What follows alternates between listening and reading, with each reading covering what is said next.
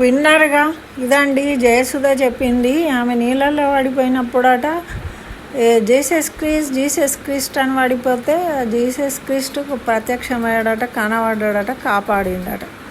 మరి ఇన్నేళ్ళు ఇంత పేరు వచ్చి డబ్బు సంపాదించుకొని ఇన్ని చేసిందేమో హిందువు ఉన్నప్పుడే జరిగినాయి జీవితంలో అన్నీ. కానీ ఇప్పుడు నీళ్ళల్లో పడ్డప్పుడు మాత్రం మన హిందువులు రాలేదు, హిందూ దేవతలు కాపాడలేదు, జీసస్ క్రైస్ట్ కాపాడిండట. అందుకని ఆమెకు ఇష్టము అందులోకి వెళ్ళినా అని చెప్తూ ఉంది.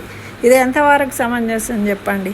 అంటే ఈమెకు ఉన్న అభిమానులందరూ కూడా ఈమె మాటలు విని వాళ్ళ దాంట్లోకి మారిపోవాలి అనే వీళ్ళ ఉద్దేశము. అందుకని వీళ్ళు ఎందుకు వెళ్తారండి? అసలు వీళ్ళకి సినిమా ఛాన్సులు అన్నీ తగ్గిపోతాయి. అప్పుడు ఏదో ఒక రకంగా మందిలో ఐడెంటిఫికేషన్ ఉండాలి అని ఏదో పార్టీలో చేరి ఏదో ఒక పదవి ఇస్తారు, వీళ్ళని కూర్చోబెడతారు.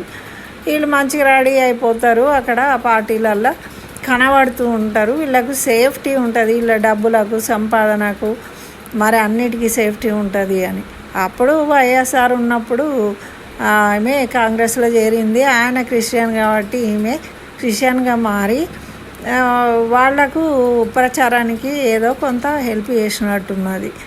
మరి అట్లా వీళ్ళు ఎందుకు వెళ్ళినరో వీళ్ళ మనస్సాక్షికి తెలుసు.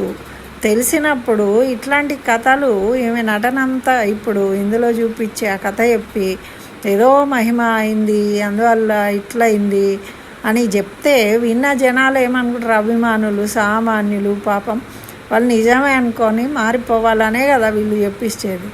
ఇట్లా ప్రచారాలు ఎందుకు చేయడం? మీరు మారితే మారిను మీ అవసరం కోసం, కానీ హిందూ దేవుళ్ళు ఎన్నో చేసి ఉన్నారు మీకు, వాటిని ఎందుకు చెప్పారు? మరి చెప్పకుండా ఇప్పుడు సడన్గా దీన్ని ఎందుకు చెప్తున్నారు?